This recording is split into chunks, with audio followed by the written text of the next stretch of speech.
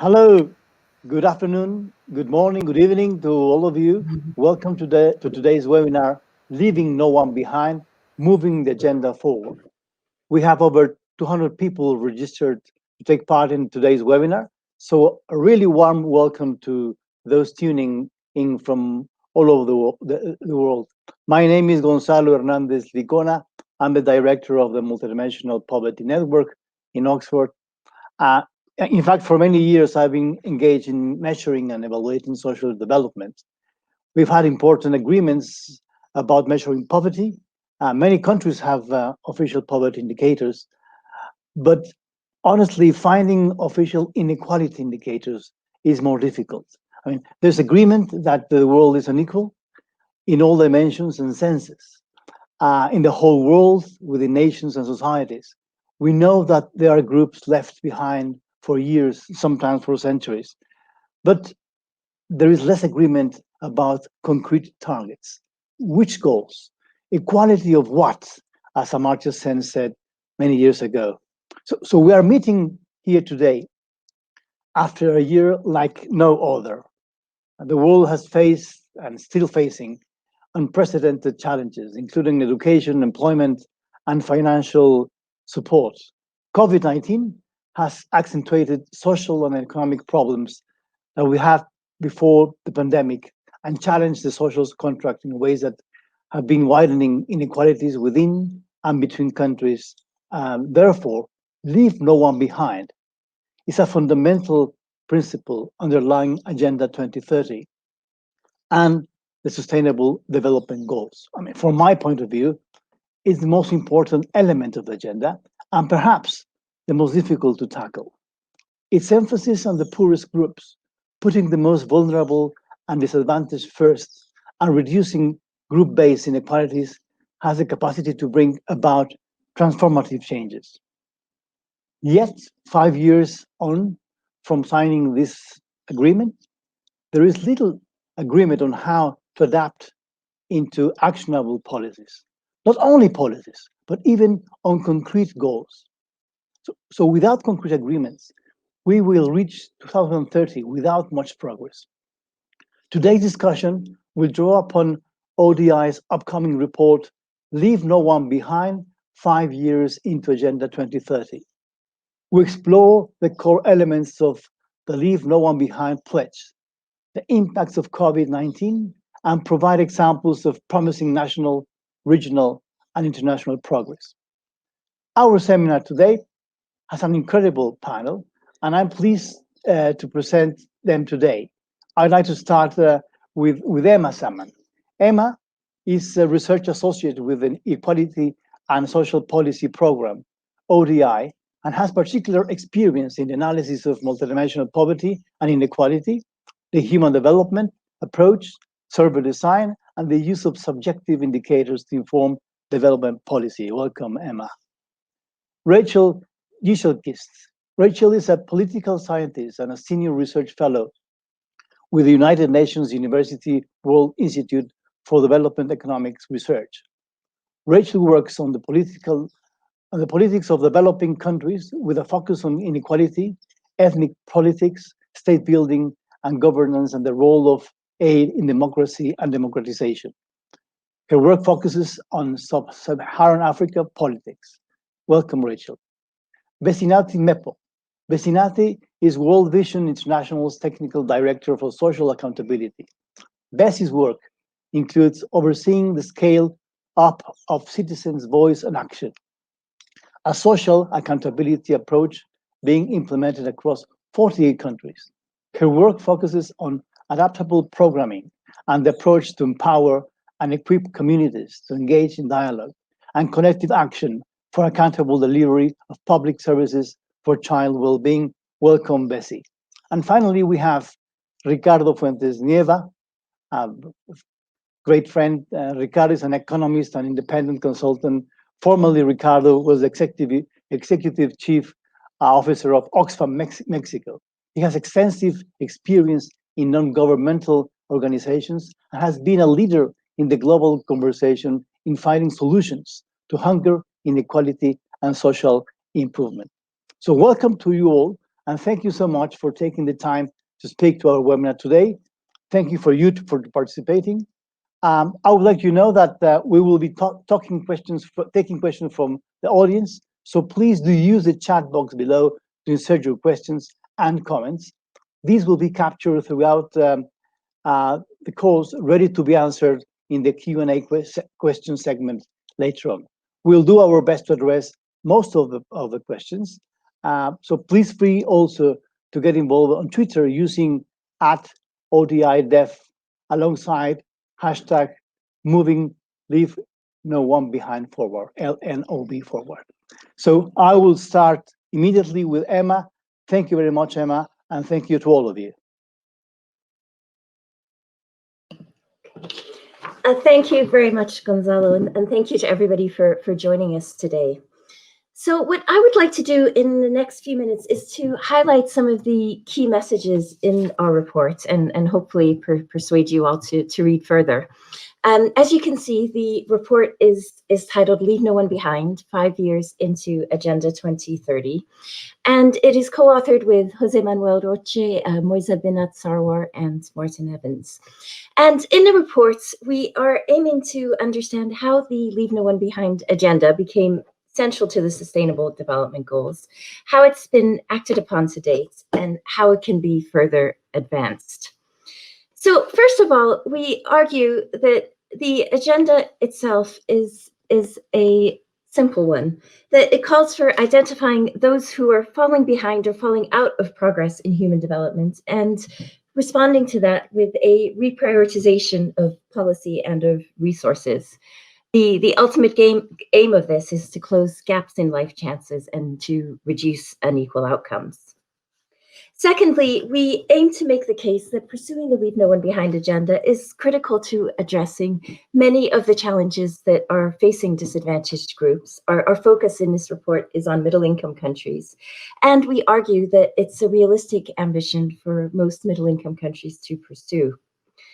For example, we argue that most of the middle-income countries have available enough data and enough financing to permit acting on a Leave No One Behind agenda. In particular, around 3/4 of middle-income countries have had a nationally representative household survey within the last 5 years. So there's enough data to start identifying and profiling left behind groups. And 60% of middle-income countries are already devoting enough of their GDP to health and education that could provide basic levels of coverage to all. And that's based on international thresholds as to what levels of GDP would be necessary in health and in education. So in the report, we spend quite a bit of time seeking to illustrate some easily applicable metrics for identifying left behind groups and tracking whether countries are pursuing a Leave No One Behind agenda and commenting on the types of policies that it recommends. So in our analysis, we outline 3 interpretations of what it means to leave no one behind, each becoming progressively stronger. So under the first interpretation, the key criteria is that all groups make absolute progress, that they may meet the 2030 target, but inequality itself may increase in that process. A better situation would be that disadvantaged groups experience progress which is at least as quick as the national average, so that the gap between their circumstances and the average closes over time. And better still, we argue that absolute differences in life chances between the most and least advantaged groups will converge over time, so that absolute inequality in life chances fall. And we seek to illustrate how these interpretations can be applied to commonly available household survey data, and we explore several SDG targets in Brazil, Nepal, and Nigeria.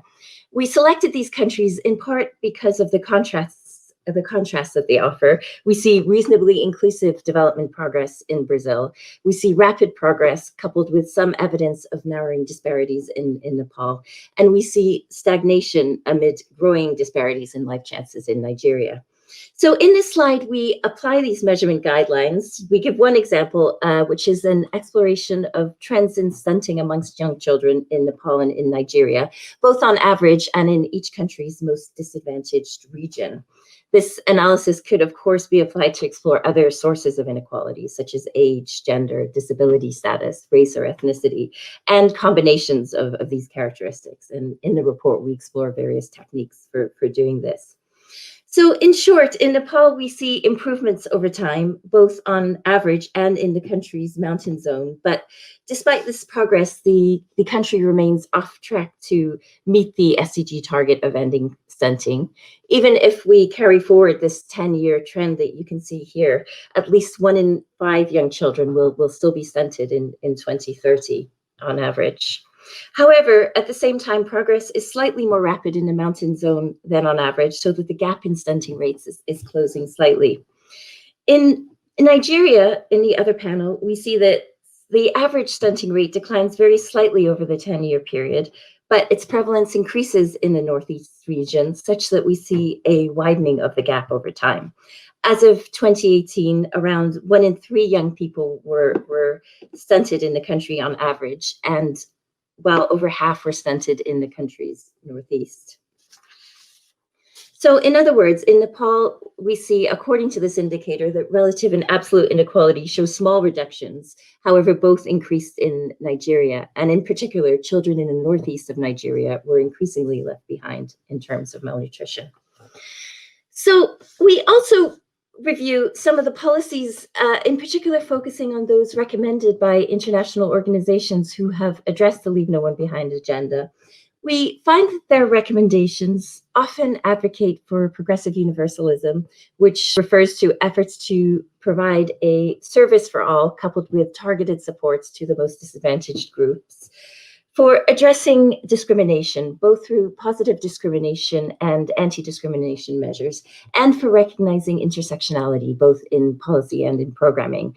And we provide in the report selected examples of how these policies have been applied and of their effectiveness. And so to close, I'd like to underline our basic point that while we need a better evidence base and more data and finance, this shouldn't deter action, that we already know enough about what works in order to pursue a Leave No One Behind agenda. And in most middle-income countries, the data and financing are already available to take steps in this direction.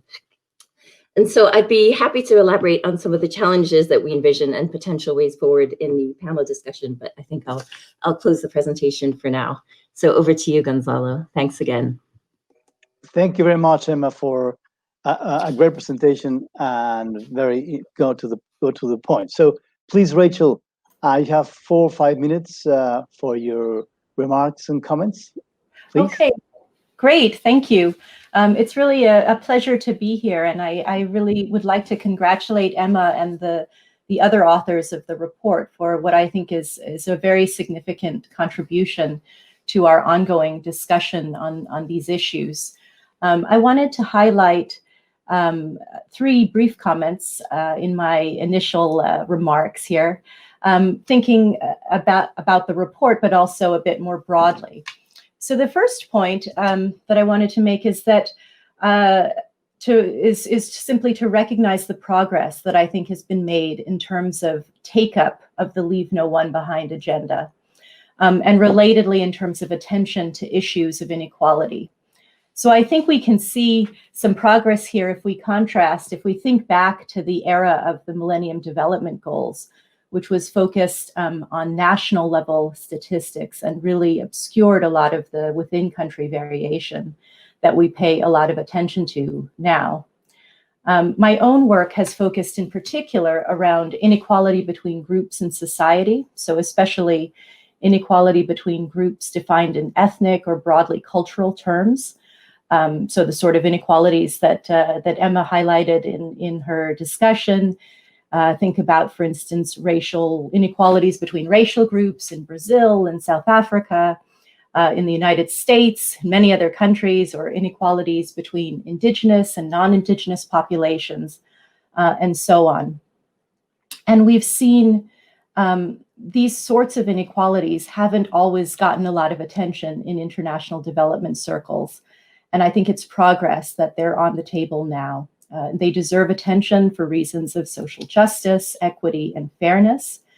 And they deserve attention because there is a growing body of research that demonstrates that they might have negative implications for other outcomes that we care about, in particular around peace and conflict, good governance, and prosperity.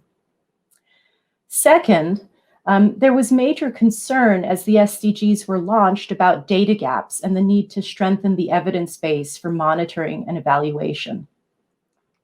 And I think we should recognize progress in this area as well. And the ODI report presented today is a really great example here, and it illustrates the wealth of what can be learned from smart analysis of existing household surveys in many, many countries. I led a research initiative over the past few years at UNU Wider, that did some related work using existing survey and census data to study and consider patterns and trends in group-based inequality across 15 developing Global South countries. And our initiative lends support to one of the main arguments in this report, which is that a lot more can be gleaned from existing data for use in developing Leave No One Behind profiles. That said, I guess this leads to my third point. I think despite this progress, I am really a lot less optimistic than the report about the prospects for building complete and accurate Leave No One Behind profiles using the sort of survey and official data of the type that's highlighted in the report. One of the points shown clearly in our research is that even with focused analysis, significant gaps exist in the data on group-based inequality. So just, a few quick examples. We can think about the lack of data on caste in Indian official sources, which has been a really persistent problem for research on India, for research in this area on India. In Nigeria, where we know that ethnicity is politically salient, we aren't able to draw directly on measures of ethnicity in our work. And instead, we need to rely on regional data as a proxy for ethnicity. It might be a regional proxy, but it might be a reasonable proxy, but it's still a proxy. And to give just one more example, think, for instance, of Tanzania, where we know that ethnicity is politically salient. Religion has also been politically salient, but we would completely miss this if we were to look only at official data, at the census or at standard survey data. I think some of the hardest constraints here are political, because data are political, and data on groups may be especially so. So I think, in short, it's very clear when we think about some of the data gaps that these gaps aren't accidental, and they won't be solved, I think, with devoting more financial resources and with better techniques. Indeed, in some cases, it might be that missing information is sometimes more informative about which groups are being left behind than the statistics themselves.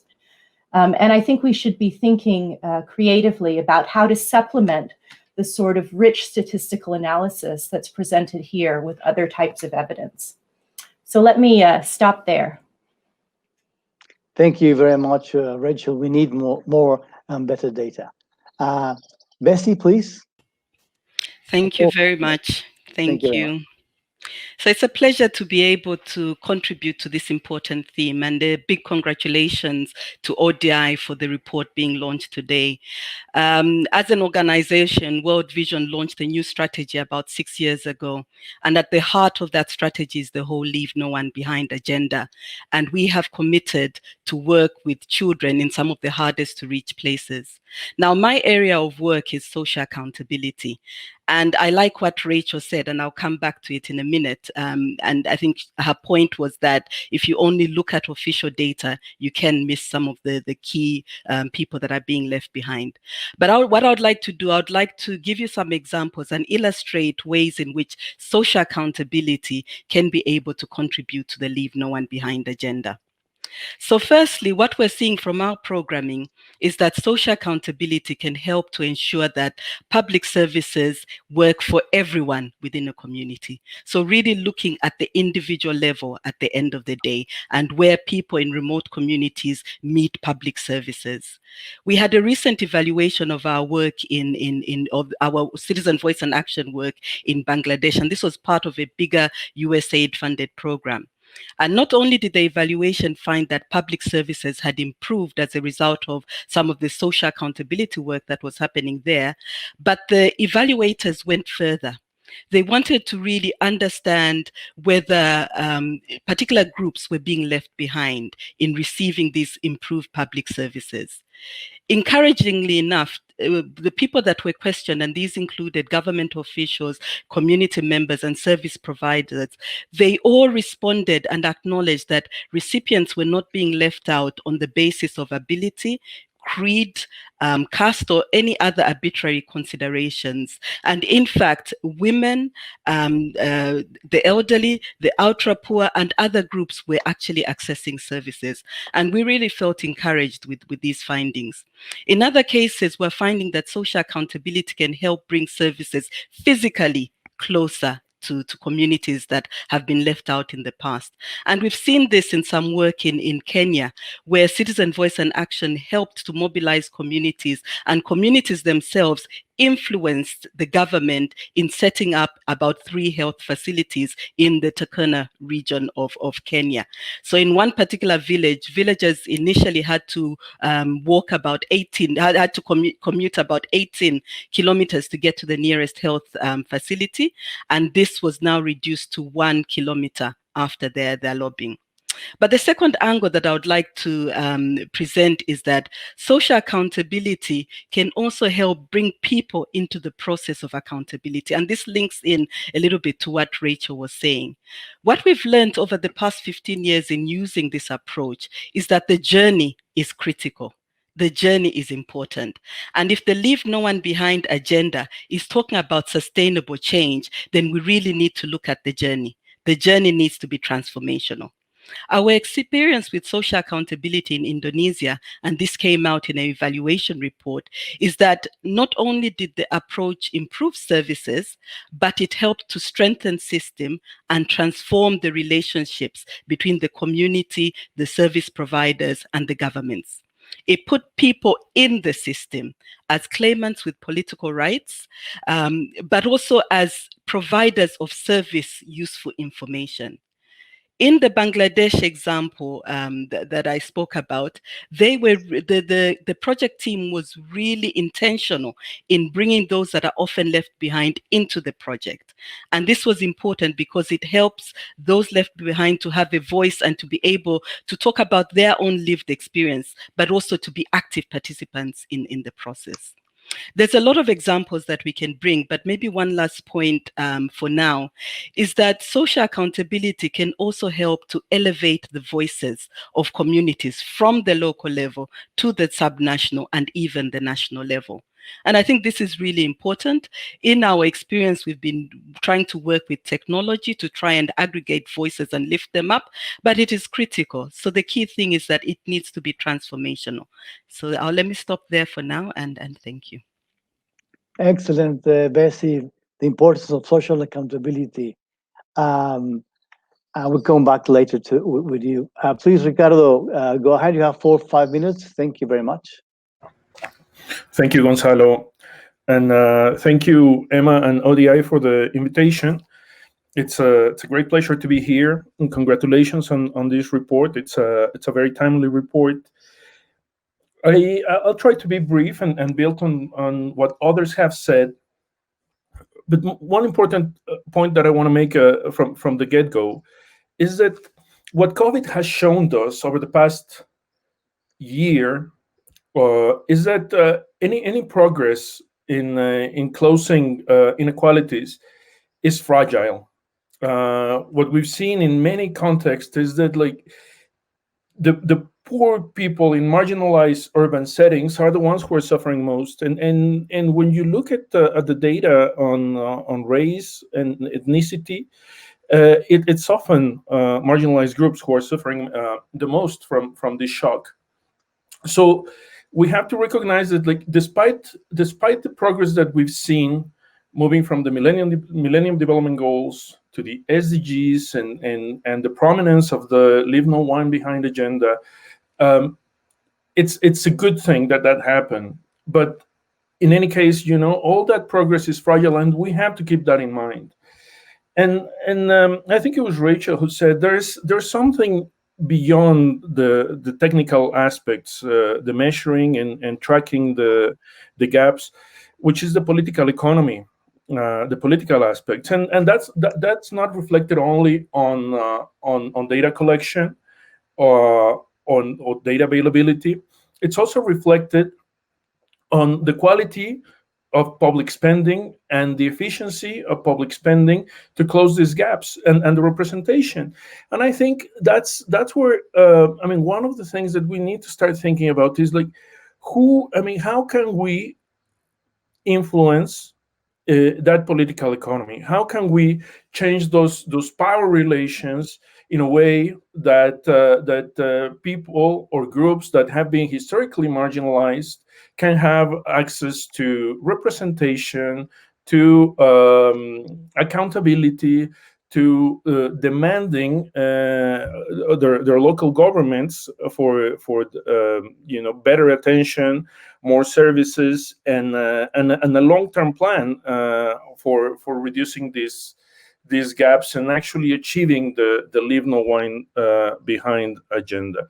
And this is where I think it's important to talk about the role of civil society and international NGOs. Because as Fukuyama says in his book, The Origins of Political Order, one of the important pillars of an advance over a progressive society is what he calls democratic accountability. We need a strong state, we need the rule of law, but we also need this kind of checks and balances that's coming from organized society, organized citizenship. And I think that's where we need to, if we're looking at the political economy angle, we need to think about, like, how are we ourselves organizing as societies in order to have this representation of marginalized groups? Because part of the problem why they've been marginalized, part of the problem why there is not enough data sometimes, although as the report shows, there's enough data to act upon. It's coming from an endogenous representation, lack of representation, and I think changing that will take a long time, but it can be done. I think Martin Ravalion has documented how Malaysia did it, for instance. But it won't be easy, and it won't be a technical solution. It's a political economy problem, and as such, what we need to think also is what's the political economy structure that can change those things. Now, there are kind of good and bad news on that. The good news is, like, it can happen, as I was saying. It happened in Malaysia. It happened with the inequality agenda. One of the good things of reaching a certain age is that I have been able to see how things have been moving in terms of the inequality agenda.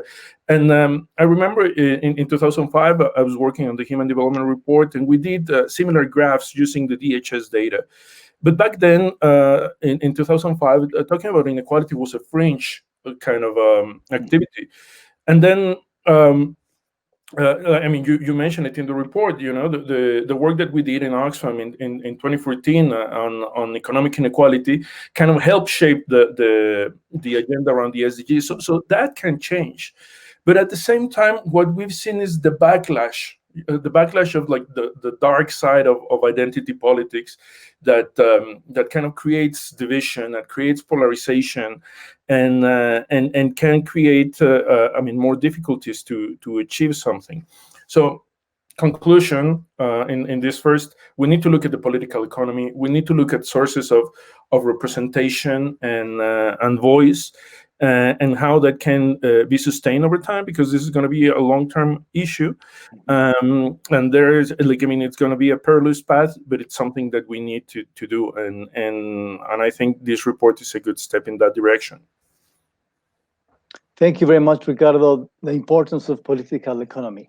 So I would like that in the next 10 minutes, I could ask one question each, just to follow up on what you're saying, just to clarify or to go deeper, if you allow me.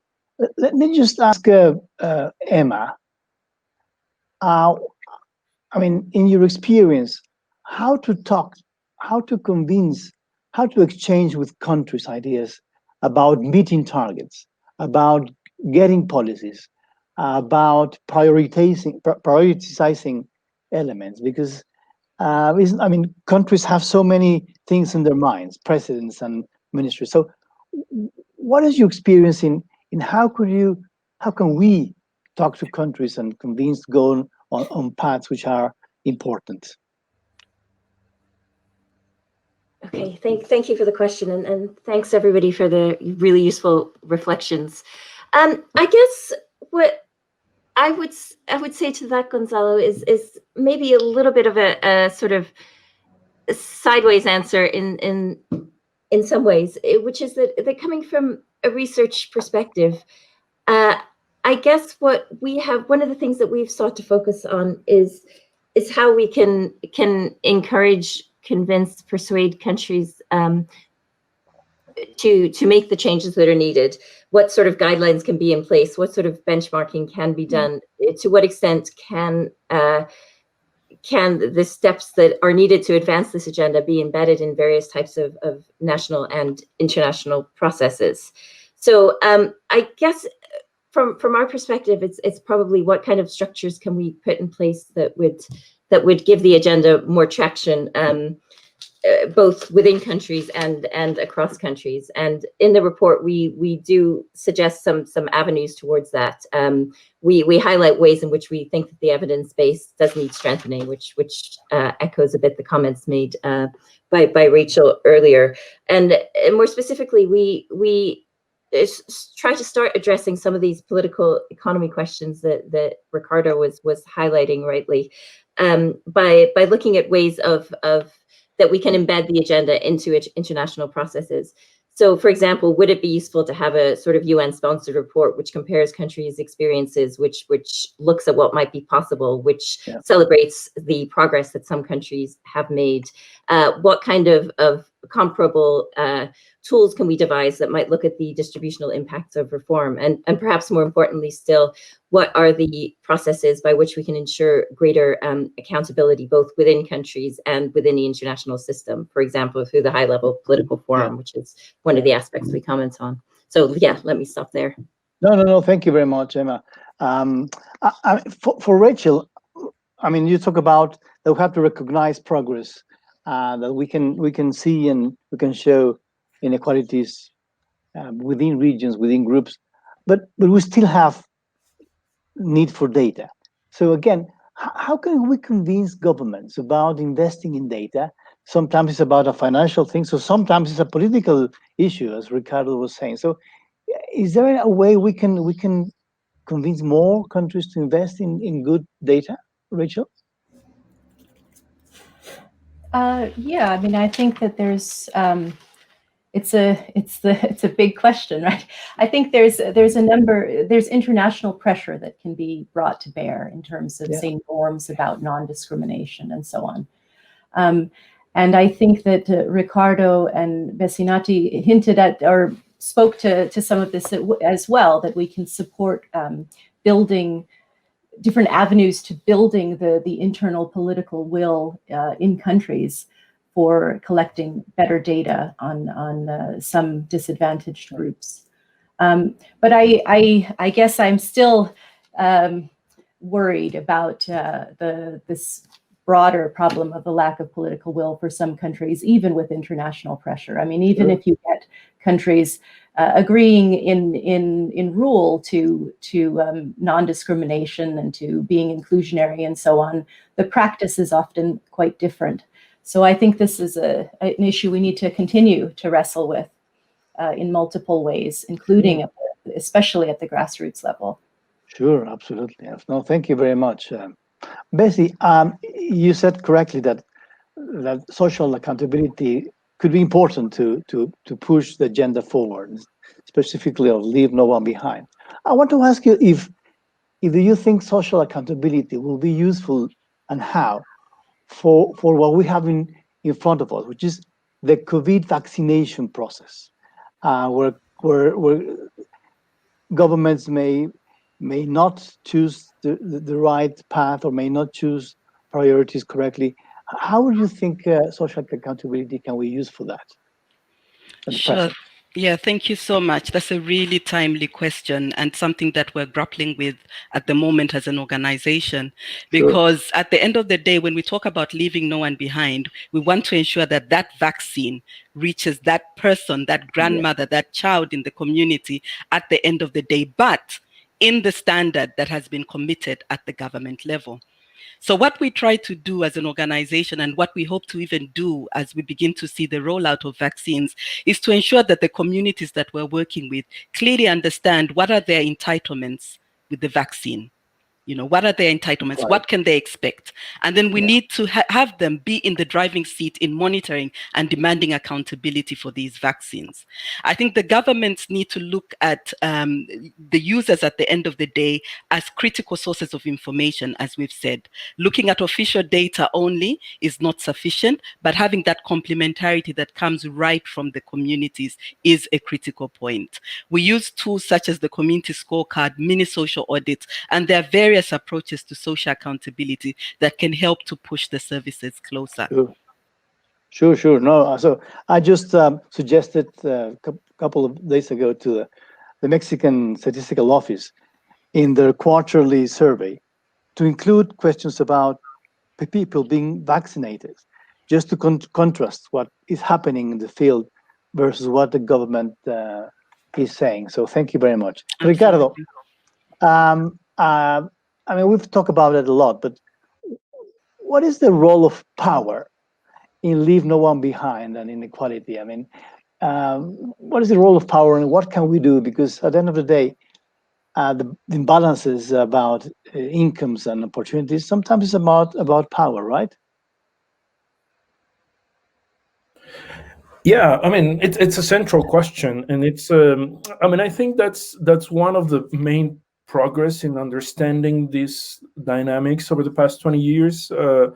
In many cases, coming from the institutional literature, and looking at how power is distributed in a formal and informal way. You know, like how institutions reflect biases towards certain groups, but also how culture and norms, also kind of embedded in a society, also kind of discriminate against certain groups. And I think kind of recognizing that in a way that we can change it, not only contest it, but not only like speak against it, but actually change it.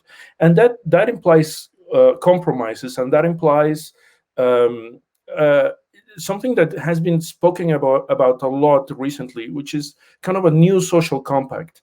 We don't, I mean, a lot of people are speaking about new social contract and new social compact, but we don't really know what that means. And I think principles of equity and fairness and equal representation for all groups in a given society will be very important. And that's where I think the issues of social accountability that Bessie was mentioning are important, but also how different kind of like grassroots organizations at the national level can connect with other similar grassroots organizations in different parts of the world to learn, to organize, to put pressure, and to actually kind of create this global movement for kind of like, I mean, that internal but also external kind of a pincer movement of pressure to actually redistribute that power. It won't be easy. It you know, as I was saying, it has it's a perilous path, but I think it's something that we need to think is an agenda that's complex. It has national elements, it has international elements, and it has a cross-cutting organizational element. Thank you very much, Ricardo. Very important answers and many still questions. So what I would like to have in the next 25 minutes is a panel discussion in which I'm going to ask some questions, and then between you guys, please carry on in a very interactive way. Questions such as, what do you see as the core element of the Leave No One Behind agenda? Are there concrete examples and good examples? How has the COVID pandemic impacted left behind groups? What do you see as key elements for recovery? Do you see that the SDGs agenda and its focus on changing in light of the financial imperatives of responding COVID? What do you think are the challenges there? What do you see as the critical barriers to rolling out Leave No One Behind sensitive policy and reaching left behind groups? What strategies do you see as most effective in raising awareness of and advancing the Leave No One Behind agenda? So how do you think? And in the meantime, those who are watching, please send your questions, and we'll have our Q&A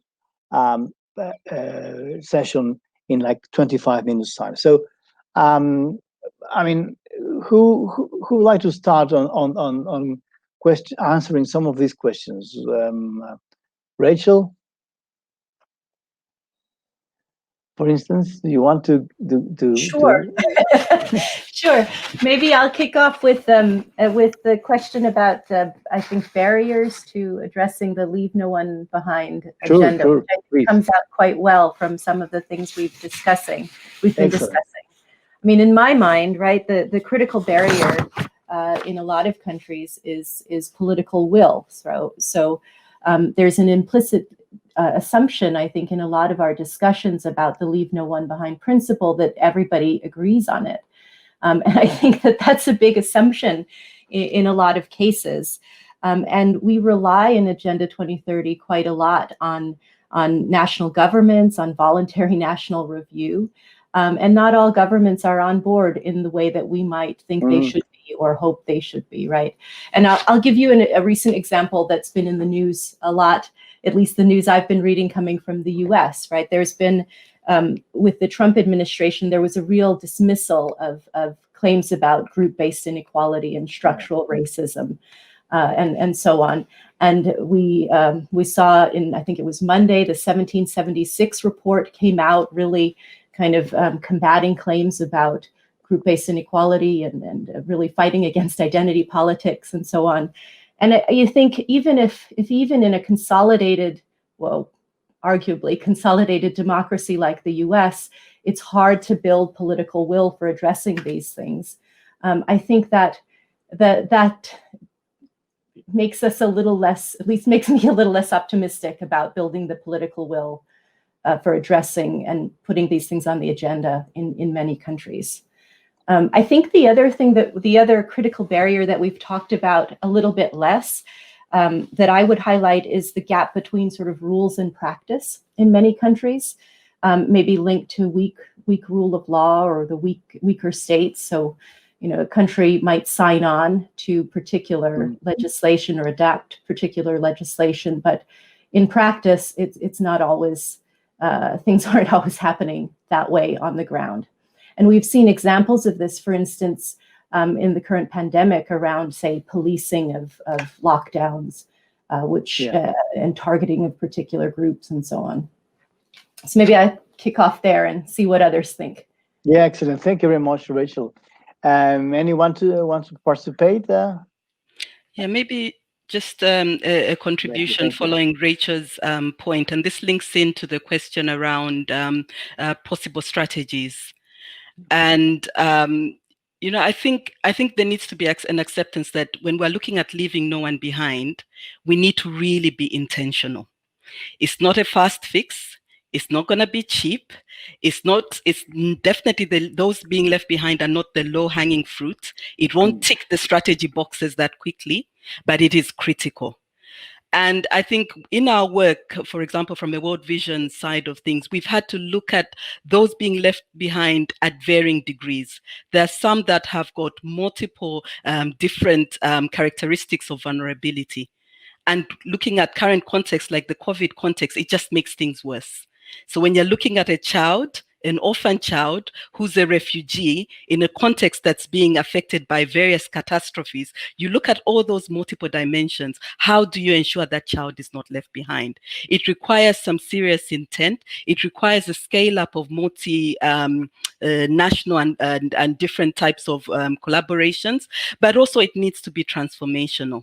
And I can't emphasize that transformational component enough, because I think at times when we look at those being left behind, we look at those that we're looking as if we're helping them, but actually they're part of the solution. They need to be part of the journey. They may be disempowered, but they're not helpless. So it's really important to bring them along as part of that journey.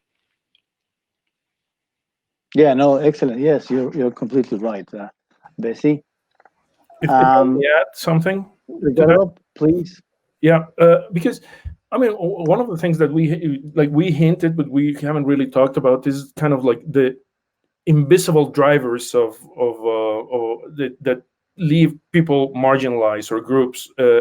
And we've hinted at, say, for instance, risk to shocks or risk, like certain vulnerability that's not visible in the data as such, but that has been visibilized by COVID, for instance. Yeah. In many cases, it hasn't been like the poorest of the poor, but it's been the vulnerable people in urban settings. You know, people who live who work on informal sectors, or who live in marginalized parts of urban centers, and we really didn't see that vulnerability until COVID hit, and I think that's one worry I have is like, as the world changes and as we see the shocks, we'll see more shocks related to climate. It'll be more visibilized, and I think that's something that we need to discuss. Is the Leave No One Behind agenda complete? Is it looking at say, for instance, sustainable and environmental risks enough, and how these will kind of affect the long-term life cycle prospects of people in groups that have been historically marginalized. The clearest example is what's happening in the education process of kids in poorer families in this COVID situation. What we see is that kids in families, privileged families or families with high incomes, they can well adjust to the COVID situation and to distance learning, but that's not the same for people and families and kids who live in with lower incomes.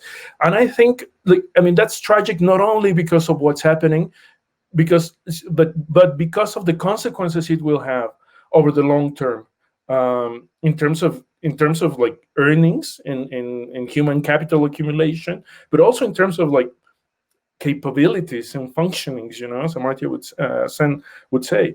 So one of the things that we also need to think critically is what we are not seeing in the Leave No One Behind agenda: issues of sustainability, vulnerability, shocks, environment. Yeah, no, you're absolutely right, Ricardo. Emma, do you want to jump in? Yes, I would like to make a slightly different point, which is actually, if I may, it's sort of a question for Bessie and for Ricardo, which is that in the report, one of the things we talk about is the many evidence gaps and what types of evidence might be most useful to pursue the agenda. Do we need more methodological? We do need more methodological work. We need more evaluations of what works in different settings. We need a greater understanding of the political drivers of exclusion and how they can be countered. It goes without saying. But as several of you have said, the key issue is then how do we take this greater awareness and how do we translate it into action? And I guess as you were speaking, Ricardo, I was thinking of some some Oxfam work in particular, suggesting that often there are these gaps of awareness that people tend to think that they're higher up on the income distribution than there are, perhaps. Having this information doesn't always translate into people's perceptions of position in the distribution and so on. So I guess it's more of a question: to what extent, what should we be aiming at? Is it to fill these evidence gaps? Is it to shift this awareness? And how do we do so? Or is that a gap, I guess? So you pose a question for... Yeah, I'm afraid so. For your colleagues, right? Yes. Who would like to answer that? I mean, very quickly. I don't want to take too much of space, but it was something. I think you have to do everything, and you have it's kind of a learning by doing process, because sometimes, I mean, closing these gaps actually have an impact, as you mentioned, like, I mean, the work on economic inequality in 2014, it was something it wasn't cool to talk about inequality back then, and it influenced the international process leading to the SDGs, despite David Cameron's opposition to it. So sometimes it helps, but sometimes, I mean, the barriers are more profound, and I think that's where the role of kind of grassroots organization is important, because what grassroots organization gives you is that kind of like ground feeling of what works and what needs to be done, and that's where the closing down of civil society space in many parts of the world is becoming kind of a danger to this agenda, and that's something that's why we need to look beyond the technical aspects and look at those areas that are not necessarily related to this discussion, but say the closing down of civic space is something that's part of this problem. Maybe I can add on, Emma, to your question. So I think we need both to fill the evidence gaps and also to shift awareness. Quite often, those that are being left behind may not really realize to what extent they're really being left behind. At least that's our experience with some of the social accountability work that we're supporting. When you go to a remote community, and quite recently we've been doing social accountability for social protection. So you're looking at some of the most vulnerable groups in community that need this social protection, but they didn't know that actually it's an entitlement for them. So getting them to be aware that actually there is a commitment, a promise to reach you and have you have these services, I think is a critical thing. So narrowing the gap in their awareness, I think, is an important point. But also it's their lived experience that need to be part of the evidence gap with the government at the end of the day. So having governments being more and more open to unofficial data and these alternative sources of data, I think, is critical. Civil society has been working on different sources of data for many years, and social accountability has a lot to offer when it comes to citizen-generated data. And I think this can bring a lot to the equation. Yeah, I mean, absolutely. Anyone else wants to answer the question posed by Emma? To go deeper? Because I have another concern that, I mean, every time that I go to analyze the Agenda 2030, I mean, you have 17 goals, we have 169 targets. We would like everything we want to have targets in everything, and we move forward in all the targets. However, countries have limited budgets every year. So sometimes I feel like development is like this bowling game that we have to tackle 10 pins, but with only 2 shots. So we don't have 10 shots to tackle 10 pins. We have only 2 shots. So, I mean, every year countries and governments have limited resources, and therefore they need some priorities. And I think that in the agenda, the leave no one behind agenda is quite similar. It's a broad challenge in many dimensions. So how can we prioritize What is your suggestion for moving the agenda forward? We still have 9 years to go. Anyone?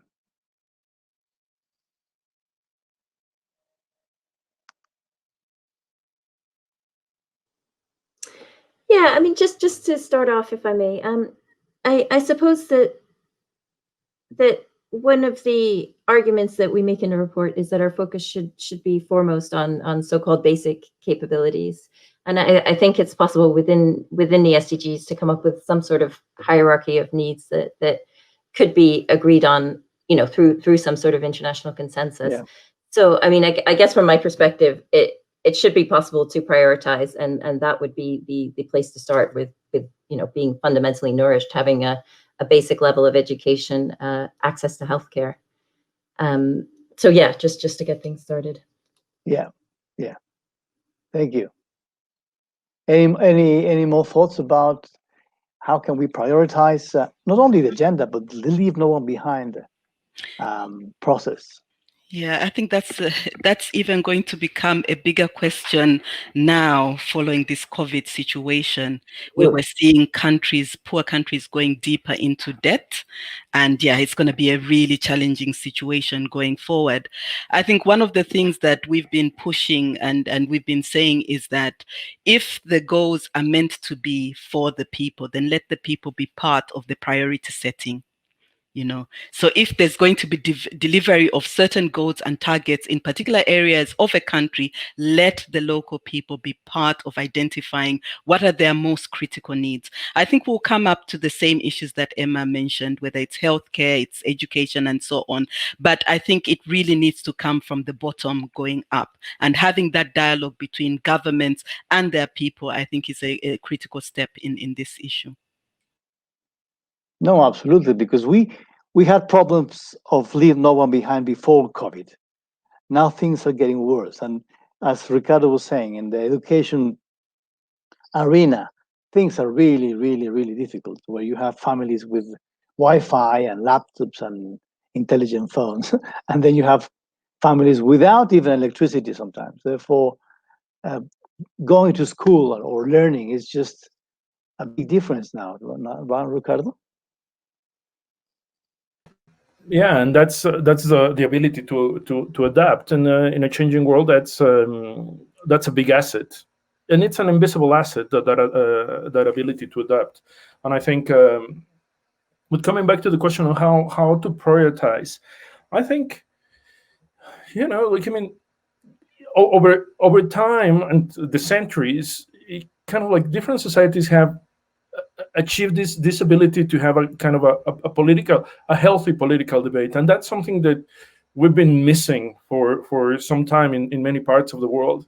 So this prioritization needs to come from that healthy political debate that includes what Bessie was saying, the participation of the people who will be receiving or part of whatever programs. And for me, the big question is, how do we restore that healthy political debate? And I know that's a question way beyond leave no one behind. It's a question that relates to one of the SDGs, but it's something that as the international community, we need to start thinking. What's our role in not stoking polarization, in improving the political debate in the communities where we participate, and how we can actually have a kind of a healthy, decent, and agreement and compromise.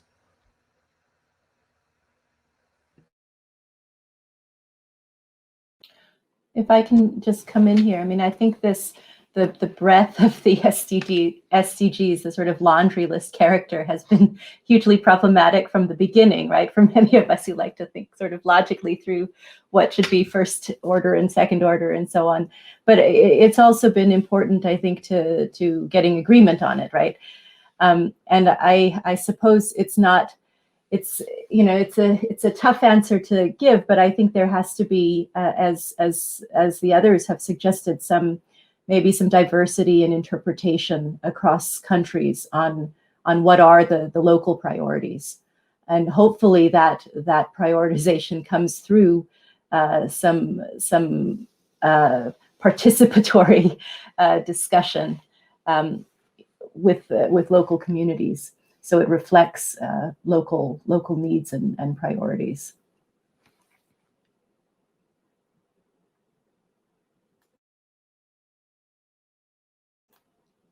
You're muted. Sorry, I'm muted. I think Rachel mentioned the voluntary national reports. So I was wondering, because this is linked to the gender. So I was wondering. I mean, the good thing about VNRs is that they exist. Countries are writing them every year. However, those are voluntary, and I don't believe there's a lot of evaluation on that. So I was wondering if you think there's a way to influence the shape of VNRs to include more clearly the leave no one behind issues in most countries. Do you think there's a way we can influence that? Someone can influence the VNRs in terms of leave no one behind? Yeah, if I could perhaps jump in on that, given that is something that we discussed, that in particular my colleague Moisa, who is one of the co-authors of the report, has thought about particularly. And I suppose what we are thinking there is she has conducted an evaluation of the VNRs that have been submitted so far and found that with some exceptions, they're fairly weak in terms of Sure.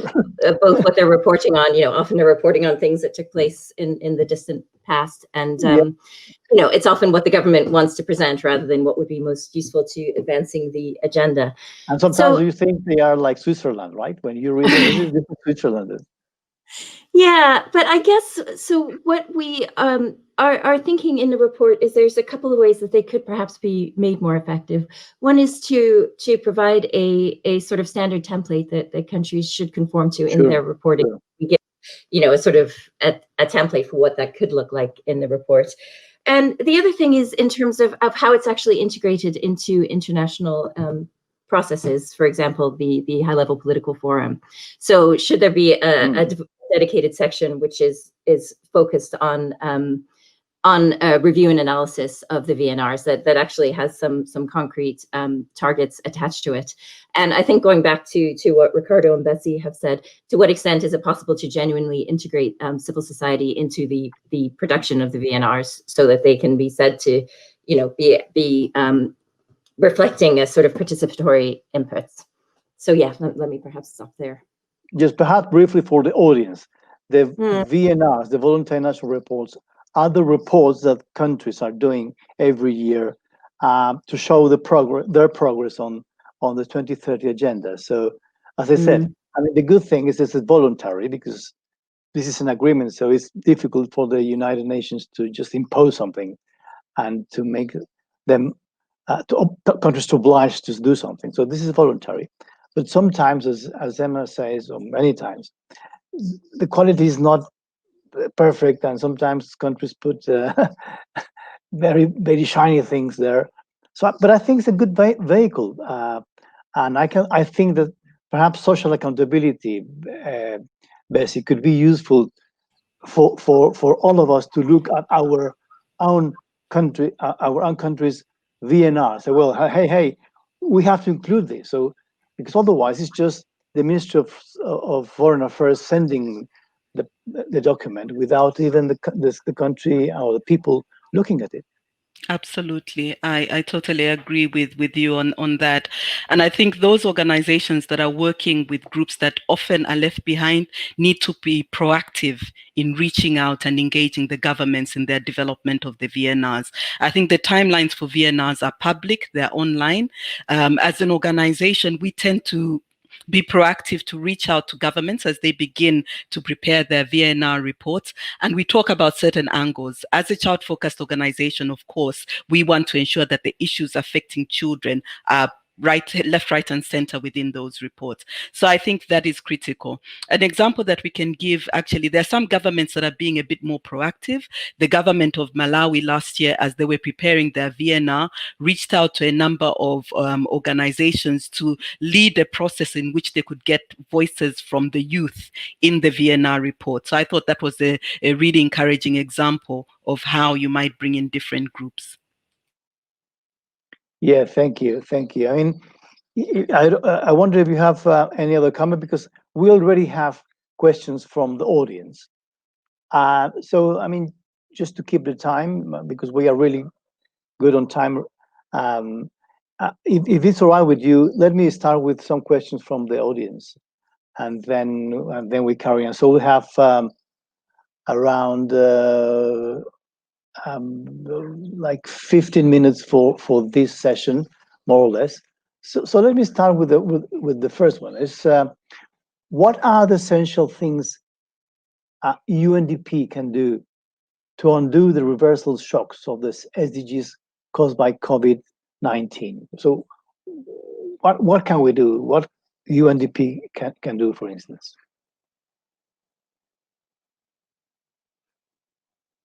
Anyone? So to all of you, I mean, if you, who would like to start? Ricardo? You know UNDP very well. Yeah, yeah. I mean, I think I mean UNDP has been doing great work, kind of like singling. I mean, identifying what are the consequences of or what's happening. And I think, like, I mean, that's part of the role of an organization like UNDP, identifying, providing some sort of credible evidence on what the consequences are. And I think, like, I mean, continue doing that in a way that that governments can take action and feel kind of the need to actually heed some of the advice. And I know, it's an organization that's owned by member states and things like that. So it doesn't have kind of the same mandate that civil society or international NGOs has. But, like, I mean, I think that's part of the issue. So organizations like UNDP need to work hand in hand with governments and need to work hand in hand with INGOs and local civil society, because, like, I mean, to create the change that we need, that political economy change, it needs to come from all points, all vantage points, and it needs a lot of coordination and collaboration. Sure. No, thank you very much, Ricardo. Anyone else would like to answer this question from the public?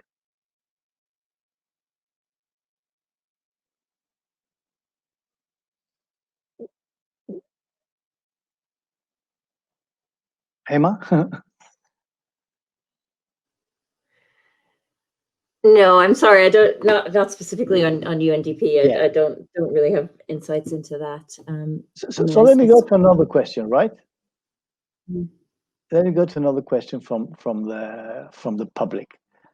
It says, how can equality data as a data collection approach be lobbied for with the field of international cooperation? So how can we lobby for equality data? Question from the audience. Okay, I'll jump in here if I may. A couple of quick thoughts. One is to highlight more the gaps that exist, which I think Rachel spoke to. Rachel gave some examples of at the beginning of her remarks. So to highlight the gaps that exist so that they're visible. Often we skip over that and just focus on presenting that data which does exist and don't pay so much attention to that's what is lacking that would assist us. And I think another element of that is obviously cost is always an issue, but I think one of the points that we try to make in the report that it's doesn't always have to be incredibly costly, that there are some sort of quick wins in terms of data collection. And I think, through conversations with Bessie, she's well placed to speak to this, particularly the opportunities presented by citizen generated data. But there are other sorts of tangible improvements that could be made simply, for example, by making the administrative data that we know already exists more accessible and published in along a quicker timeline. So just to say, yes, I think one thing is highlighting the gaps. I think other things is highlighting that it can be cost effective to in some circumstances, to collect the data that we need. Yeah, thank you, Emma. And any other thoughts on this question? If I could just add, I mean, I think I agree with what Emma says. But I suppose I would think that at the international level, I'm not sure this is an issue that needs to be lobbied. I think there's quite a lot of agreement that we need better data at the international level. Yeah. I don't know if others agree, but I would maybe focus attention on lobbying in other areas. In local areas, yeah, maybe building political will for collecting data on certain issues in particular countries, or on thinking about other types of data collection efforts outside of sort of standard census and household surveys. Yeah. So we need to convince more down there than in the international arena. Yeah, please. Yeah, I was going to just agree with that point, but also to agree with Emma that social accountability has much to offer with regards to data, but maybe also linking into Ricardo's point around the UNDP. So my experience from working with the UNDP many years ago in Zambia, I was with the Zambian Civil Society Network at the time, it was that they were quite influential and helpful to civil society networks in terms of bringing them alongside the government.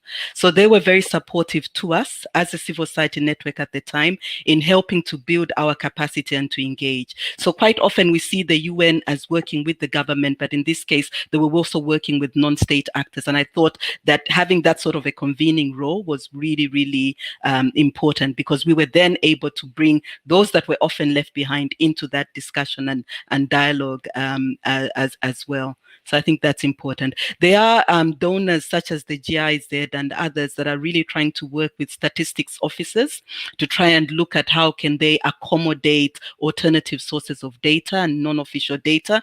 There's always that question around the quality, the timeliness, and all of that. But I think those questions, while they're there, they should not distract from the importance of that data. I think where there's political will to incorporate the data, there should be a way to ensure that, capacity is built and organizations are supported to be able to make their contribution. Sure. Thank you. Let me go to, we have many more questions. Let me just ask a very concrete question. It says, what is the explanation for bad progress in countries such as Brazil, Nepal, Nigeria? What are your thoughts about this another country similar? If I may just jump in quickly on this, I think that in the report itself, we are certainly not saying that progress has been uniformly bad in these countries. That's not that's not our aim. What we do say is that it's been very uneven, and we try to show ways in which it's been uneven. But more importantly, for our intent is to show different techniques that can be used to document the inequalities in terms of progress, particularly from a group-based perspective. And within each country, we also do highlight some positive examples. For example, we look at positive discrimination policy in Brazil, at the impacts of aid in Nigeria, etc. So I guess we don't get into an in-depth political economy analysis of those countries, and so I won't comment on what the official explanation is. But I guess I would just say that it does need a lot more nuance, this exploration, that progress has been uneven to some extent in all three countries, and understanding the particular ways in which it's been uneven is perhaps a helpful start. Okay, so yeah, thank you. So there are good elements and not good elements at the same time. Yeah, we have to recognize that. Any other thought about this question?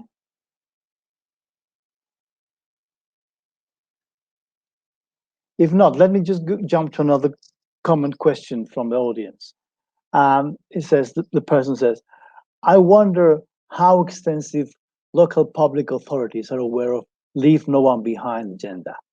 I think we need to develop capacity of local governments, in addition to budget allocation, for them to bring partners and meet local needs.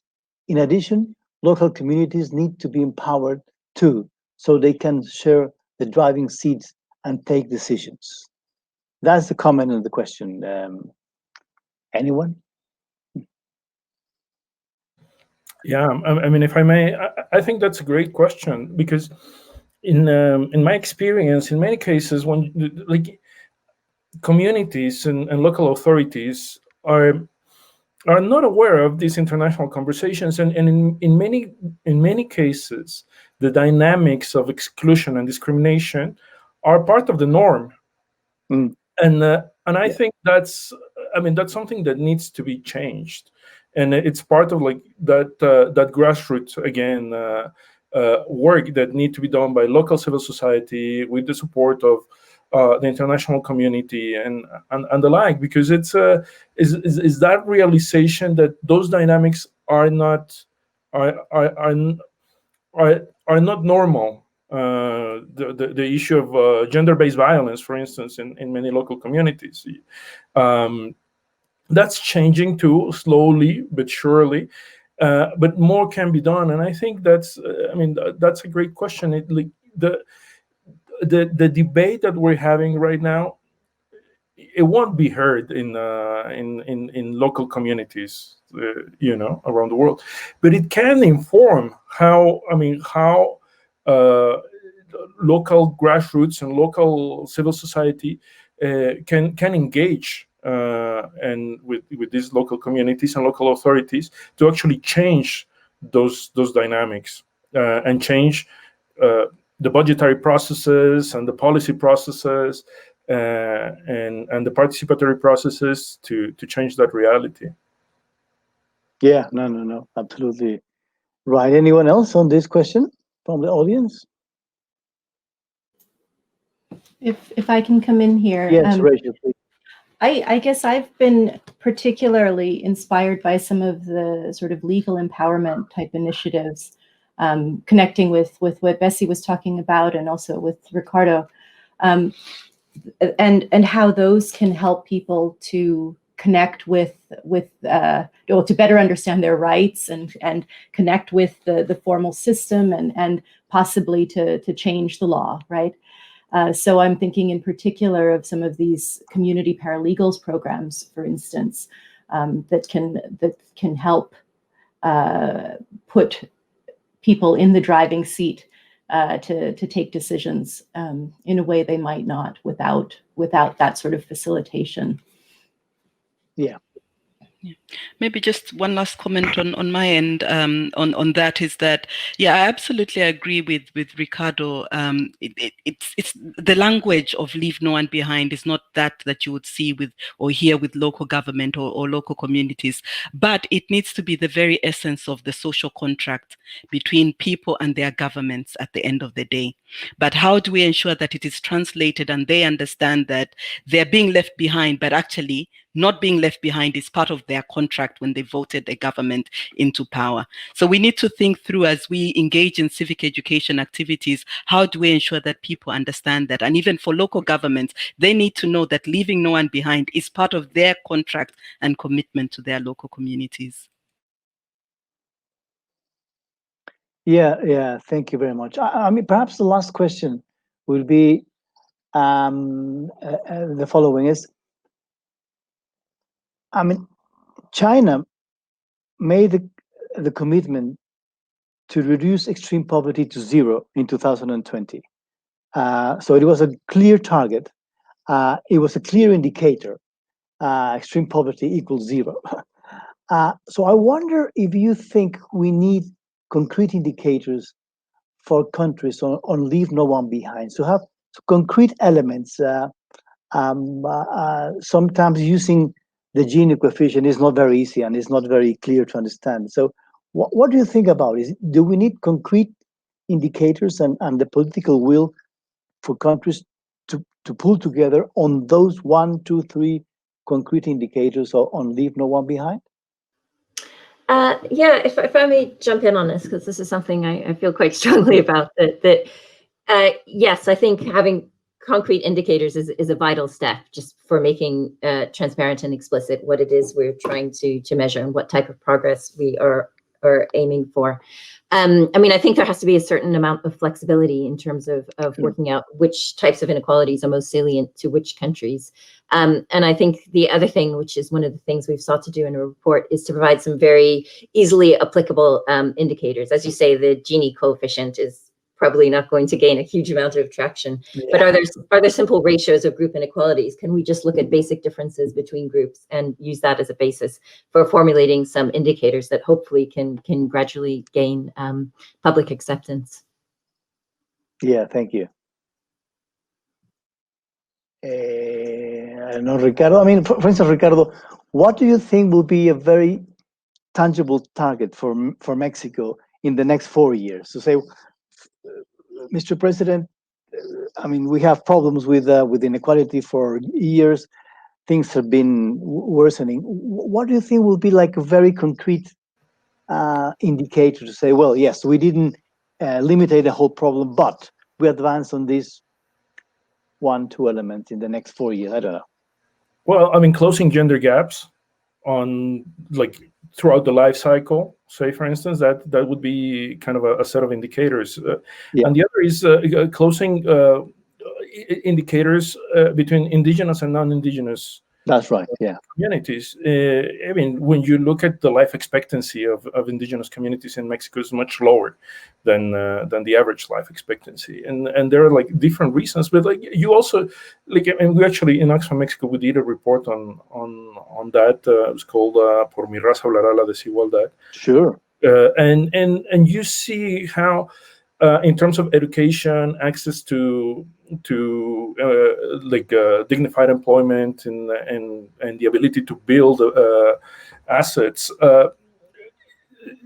like people from indigenous groups were systematically discriminated against, and women within those indigenous groups were structurally discriminated. So there is enough evidence to say, you know, how these intersecting inequalities work. Sure. In Mexico, and then how you close it is through affirmative action policies and all that, and there's enough evidence. There's enough data to track those indicators. The indicators that, like, I mean, if you say if in 5 years indigenous girls are closing the gap in terms of primary school attendance or secondary school attendance or access to successful employments, that's a very easy, clear target that can be measured and tracked. No, thank you very much. No, thank you very much. So we are almost at the end of the webinar. I would like you to have like 2 minutes each for your closing remarks. Something that you want to stress, something that you forgot to say before. You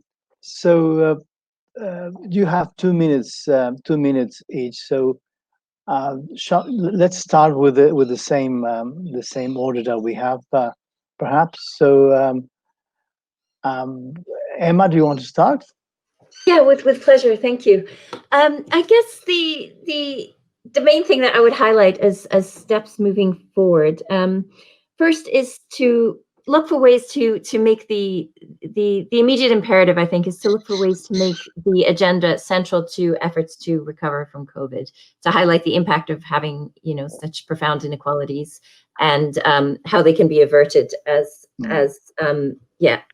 things improve. The second is what concrete steps can be taken to embed the concerns of the agenda within international and national processes, including, as Bessie and Ricardo have stressed, the need for grassroots participation into those processes.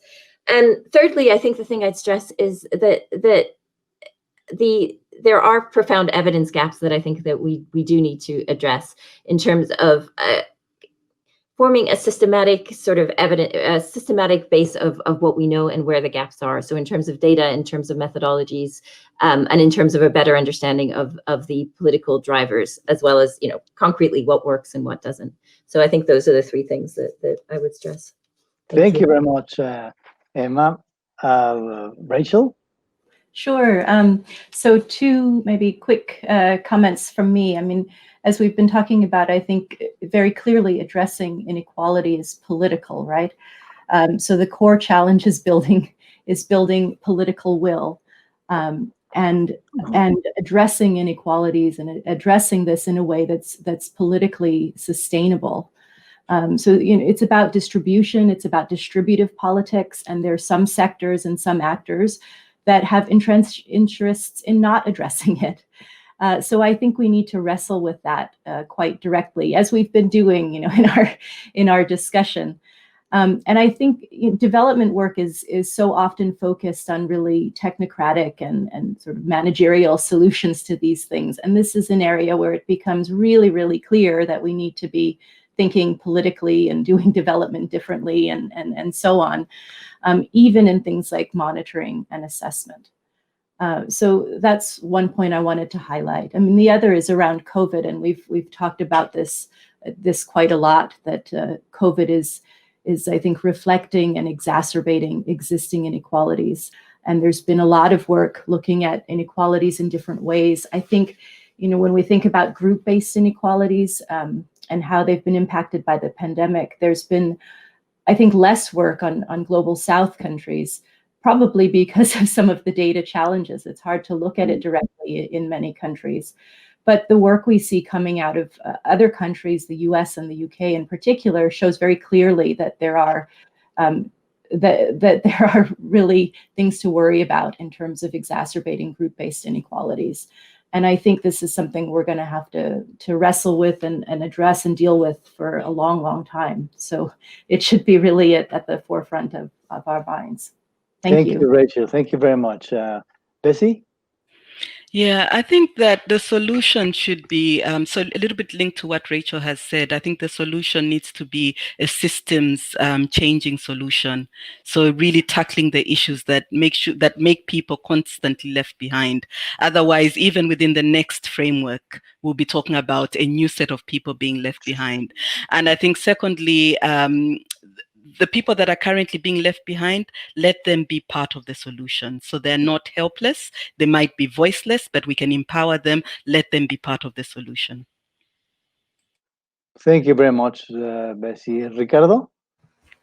Yeah, I guess my first point is that, I mean, from my perspective, we need to celebrate that we have the Leave No One Behind agenda. Sure.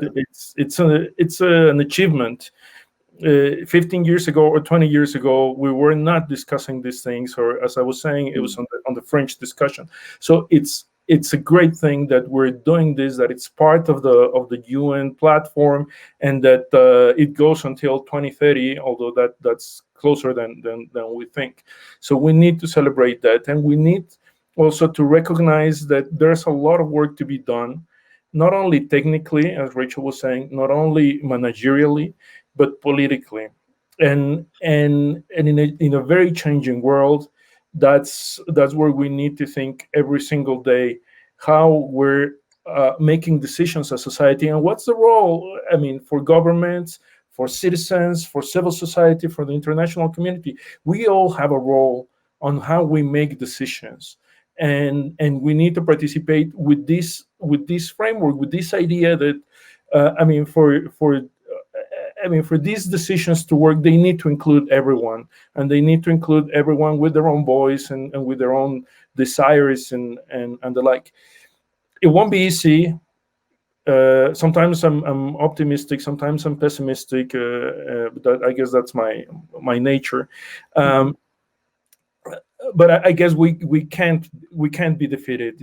Let's celebrate the Leave No One Behind agenda. Let's recognize the challenges, and let's identify that it's or let's agree that it's a daily work in progress where everyone has a role to play in how we make decisions and ensure that no one is actually left behind. No, thank you very, very much, Ricardo. And thank you very much to all of you. You've been a great panel. Um, it's a difficult topic, but it's a very important one for development. So thank you very much to you, three, Emma, Rachel, Bessie, and Ricardo as well. And thank you for the global audience for tuning in and participating in the discussion.